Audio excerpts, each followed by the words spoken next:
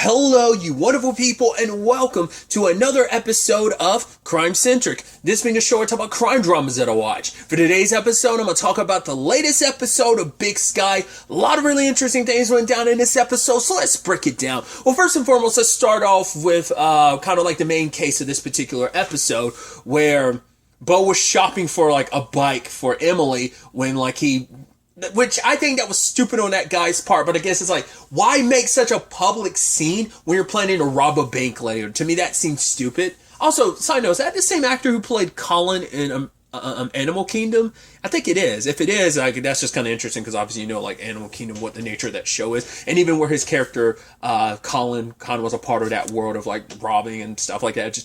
It's very befitting. Either way.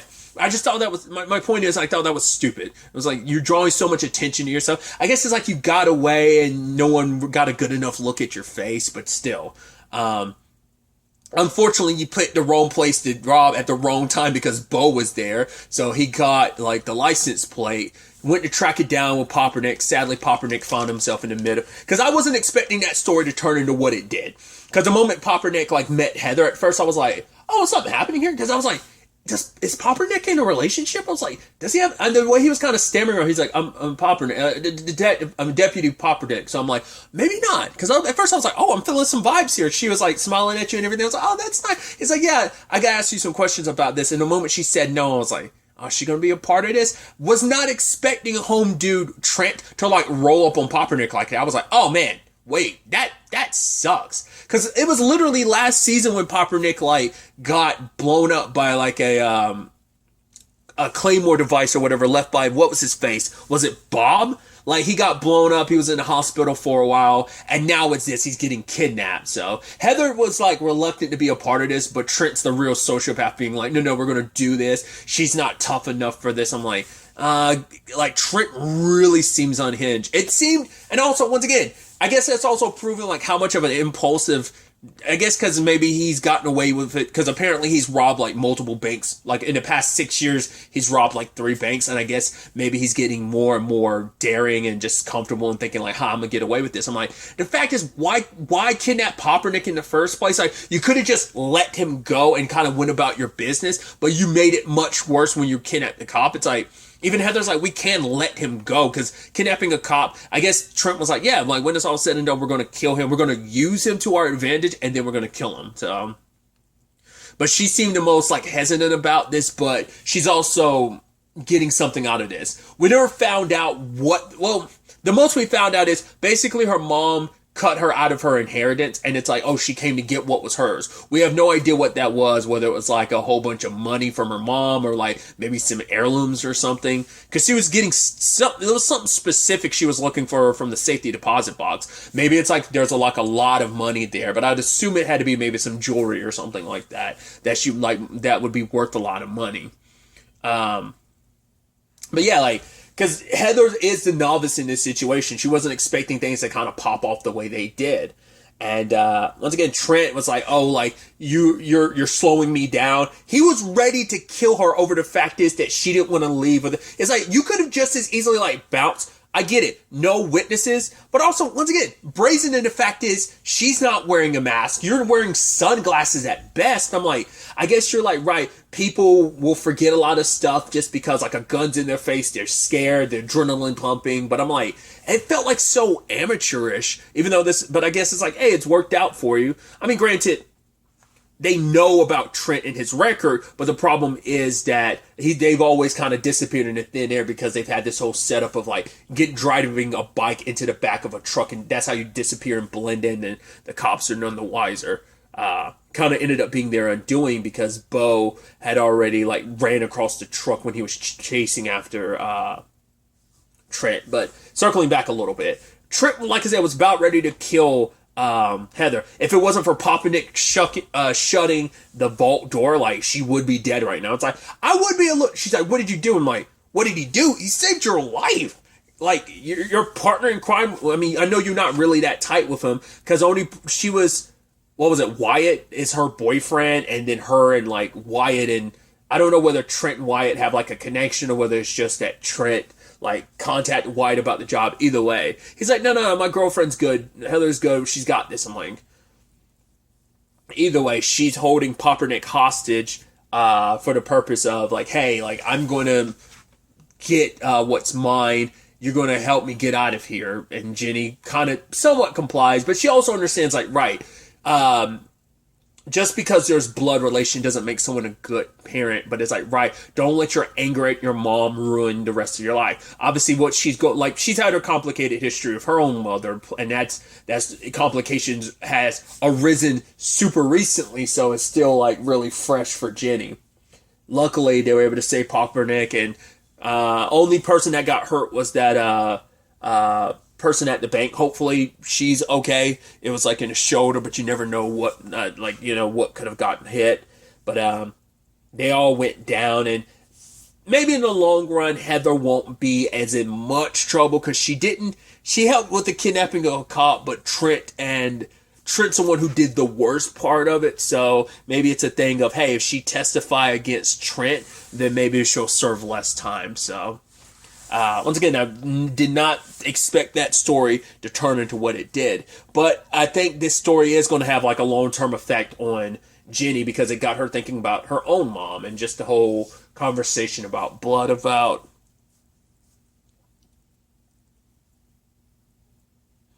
She kind of was like, I'm fine with it. I'm not going to think about it. She was kind of about that last episode. So we'll see, because that's definitely going to be an interesting thread, because we're not done with the whole storyline with her mom, especially if she's tied to Tanya and we still have no idea what the hell Tanya has planned, what that's all about. Once again, it has to be just her own personal vendetta against Jenny that she's setting up, because the fact is we haven't seen her mom since. That might have been the only thing of like, yeah, we saw that interaction and then she's gone, or like she's off doing something else for Tanya. It's like they had that whole meeting and everything at the end of episode 3, so like there's no way there's not more to that. So we'll have to wait and see. But another angle to this episode is continuing everything with Cassie and Cormac finding Mark's body. So it's like, okay, so what are we going to do about this? Because it seems like it's an accident. Even the coroner, Emmy is kind of calling it that as well. But it's like, no, the fact is that photo that was emailed to his parents happened like he's supposed to be dead for days, and like that came out after, like that was sent after he died. We haven't found his phone. He was buried with like this particular wooden doll, which I was like, I knew the fact is they made a point of Walter giving that to him is going to be a big, massive issue, and it seems like it already is with what that kind of sets up. Because we do find out that Cormac has no idea. So Buck knows about the whole Walter situation, everything related to Walter killing his adopted parents and stuff like that. But other than that, it seems Cormac is completely in the dark. He doesn't know that he has a half brother out there, and all that he's involved in. Because Buck is the one that's like, oh, I see your son for what he is, and he will be your undoing. Like, he will end up destroying everything that we've built. Problem is, though, it's like, well, Sonny, I think I might have brought this up previously. I'm scared that at the end of the day, Sonny's going to choose Walter over Buck. And every time Buck's back is turned to Sonny, I'm like, is Sonny going to kill you in order to protect her son? I kept getting those inklings, and I feel like that's probably going to be the end result. It probably won't happen immediately, but every time I just get that nervous and it's like, oh, is this when she's going to kill you to protect her son? Oh, is this when she's going to? But it keeps not happening. So it seems it's all copacetic for now, but when her back's against the wall, she probably won't have much choice. Like I said, I also brought this up previously. I thought it was so interesting because I thought like, oh my God, like Sonny's a terrible person. It's like, no, she's doing some super shady shit to protect her son in the long run. Yeah, but she's not the evil person I thought she was. Once again, there's always plenty of room for there to be a twist and turn on that. I mean, because, she's willing to go this far, but it's not as bad as like I thought. Like, oh man, her biggest secret is like her protecting her son from some stuff. Because, Denise keeps bringing up that murder from 20 years ago, like the Hart's murder or whatever, and I'm like, so was that Walter? Especially because Walter is tied like that, he's the one that carves that symbol, that heart symbol in the wood. He's also the one that carved it into the doll that wooden thing that he left for, with Mark. So you're like, So what's that all about? Because now that we've seen really quickly his interaction with Paige, it makes you go like, maybe that's why he killed, like maybe that's how Walter reacts to, I mean, he killed his adopted parents, but also Sonny was like, yeah, but they deserved it. So I guess they weren't the greatest people. So maybe that's why Walter killed them. Because he says, like, he told Paige, like, oh, I have good in me, but sometimes, like, there's other parts of me that just kind of gets inside my head and I can't really shake that, so.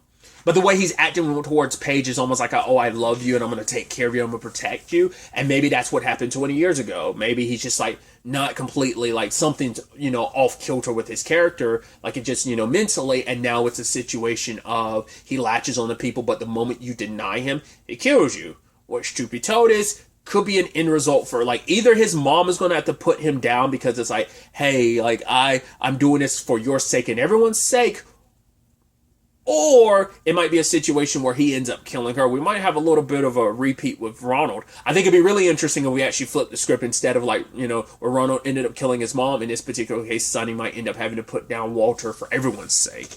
Because all she's done is try to protect him, so the irony is after all of this, ended up being the one to put him down. You know, I mean, it might not even be her that ends up killing Buck. It could easily end up being him, and he might even go after Cormac because it's like, oh, you're the son that was chosen, but not me. Mom does so much for me, but, like, she parades you around but hides me away. I don't know. I can see a lot of those threads kind of going any one of those directions. But speaking of the whole Paige thing, I thought that was interesting that he was like, if I hadn't done what I did, Luke would have hit you with that rock. So I was like, oh, I kept, like, cutting him some slack, but I'm like, it did seem super suspicious you picked up the rock and everything, but he stepped in at just the right time. It's like, yeah, if I didn't do it, he would have killed you with that rock. And I was like, you know, I mean, and I guess it speaks volumes how Luke is, like, super, like, okay with moving on at the camp, which, talk about stupid criminals. I'm like, I don't know, I guess he's so, like, he's such an asshole that he doesn't think about, like, wouldn't it make sense to be super low-key because you know something happened to Paige, but you're also like, hey, she broke up with me. I was pissed at her. I was considering murdering her, but whatever happened to her, I don't care, you know? Because he wants to paint Paige as like, oh, she's not Miss Innocent. So I guess whatever he's mixed up in is more so her business. So, because there is the whole thing about, like, oh, mommy, like, I was about to say, like, there can't be any correlation, like, between, like, because just, like, the Heather having mom issues, and apparently there's something between Luke and his mom, or she kind of cleans up his mess or something. Like, I don't think there's no connection there, is there? I don't think so. Either way, Paige knew how to take advantage of the situation. I was like, well, to be fair, he's kind of scary and he might do something to you, so it's self-preservation, but also it's like, oh, this guy's super into me, and, well, he obviously keeps an eye on the camp and everything, so I could use this as an opportunity for you to sneak into the camp and get me what I want. So Luke says that basically she stole, like, 15 million or something. It seems like that's the thing that she stole, and it seems like there's it's probably stashed somewhere on the camping ground. So I doubt it was in the bag because Avery went looking through it, and so did Sonny. We know that Sonny has the gun, so that might also, that her holding onto that gun might play a role in some of those aspects of where Sonny's story can end up going, like I kind of theorized earlier. That gun will probably end up playing a major role in that in some shape or form, but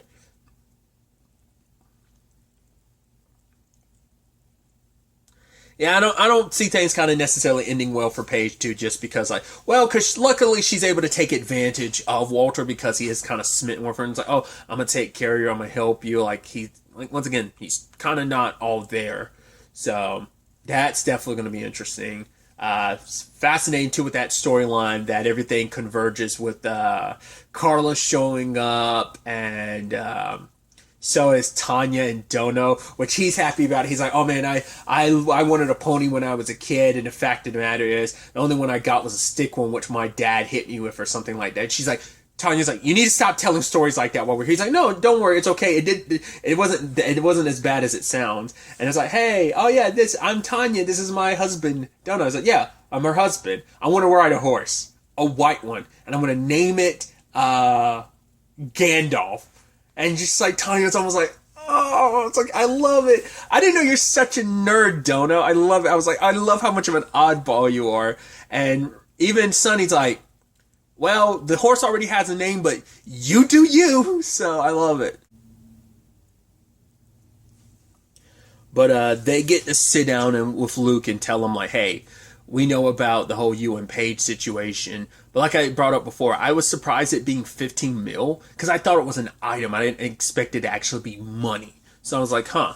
I mean, what, like, because they had some, because it feels like they have something else at play here too. Because weren't they talking a couple episodes ago about, like, waiting, like, laying low for some, I mean, well, they robbed someone. We still don't know whoever Ren gave Dono and Tanya's name to, but we don't know, because it almost, I thought they were like making a deal so they had to lay low until then, so there might be another party involved in this, or maybe just laying low because we robbed whoever we robbed. And it's hard to say whose idea it was, because at first I kind of thought it might have been Luke's, kind of like, but maybe he's like kind of a spoiled brat trying to be adventurous, trying to be tough, and he's just maybe Paige is the one that really has like the guts, is kind of the more dangerous one. I don't know. I'm interested to see where things kind of go on that front. But even like that, once again, the Avery stuff, still not sure what to make of that. Because obviously him, Carla, and Emily are playing that card game and stuff. And he's the one that made a point to Emily saying, like, right, don't tell your mom. Not only because she's a warrior, but even like, what are you hiding? What are you trying to do here that you don't want? For one, you didn't want Carla to know because you knew she'd panic. I guess also because that she would bring Bo into the picture, and you don't want Bo. That's why when he rolled up on like Luke like that, and I was like, because he talked about like, oh yeah, like Ethereum, like he's like, I got into that early, and he makes reference to like kind of like a crypto password and stuff. I'm like, what the hell is your deal, dude? And he's like, yeah, I'm the warrior of the situation. And when Carla's like, wait, could something dangerous be going on here? Because Luke, he was immediately like, oh, why'd you tell her, Emily? I told you expressly not to tell her. But he calmed her down. It's like, right, who's the one that built a panic room in a house? And he's like, if I'm not worrying, you don't need to worry. But it's like, he's like, yeah, I'm here with my wife and my stepdaughter, and I need to know if it's something I need to be worried about. I'm like, obviously something's going on here. You're the one that's kind of, even though you're the worrier, Emily's the one that kind of stumbled upon this, knowing something's off. But you definitely know, because you found the gun in Paige's bag, and you're just, I don't know what your deal is. I think he's not going to turn out to be the great, like I said, I've just had that inkling, like, oh, there must be something more to him, that he can't be the good guy or something. Because if this was like, I was like, not unless this has something to do with the money, like, not unless. Once again, not unless he's going to pull like a T-lock or something, but I just don't know what his deal is. He's such an enigma to me, the way he's handled this whole situation. But maybe it's like, no, I'm going to do what I got to do. I might do some shady stuff, but it's all in service to like looking after my wife and my stepdaughter. I don't know, man. I don't know what to fully make of that. Like, and it's like I said, the fact is, well, I mean, maybe it's also like a pride thing. He doesn't want Bo involved because Bo already doesn't like him, and now it's like, I don't know. Maybe there are. It seems like there's something criminal going on with him, and I just don't know what. So we'll ultimately have to wait and see where all that ends up taking us. Obviously, Buck did burn the car, so they got rid of any evidence. And Sonny's plan is to move Walter as far away as possible. Now that the whole Mark situation is played out, because it's like, right, Cassie not only saw Walter's face and knows about him, even she's like, yeah, that mysterious weirdo, he had a tarp in the back, so something about that guy didn't sit right. So connecting the dots, because now she's found the car, obviously she doesn't know about the connection between Walter and Sonny, but he was nearby watching her watch the car burn, so creeper's gonna creep, right? Well, snooper's gonna snoop. So that's gonna be interesting to see what happens on that front. Because Walter doesn't seem like he's going to be leaving, especially because of Paige. So Paige is going to be the one to keep him there, and it's going to turn into a messy situation, I'm sure. I mean, it doesn't make anything easy. It makes things even more complicated for Sunny when she's got Emily stirring up trouble at the camp, asking too many questions, and Cassie investigating stuff, bringing her a little and all these storylines are going to converge and put your son, or one of your children, Walter, in the very center of all of this. So that's definitely going to be interesting to see. It's going to be interesting to see in general where all of this ends up taking us going forward into the next episode. But really, that's all I'm going to talk about. Till the next time we meet, be happy, be safe, live life to the fullest, and enjoy it. Good day, and goodbye.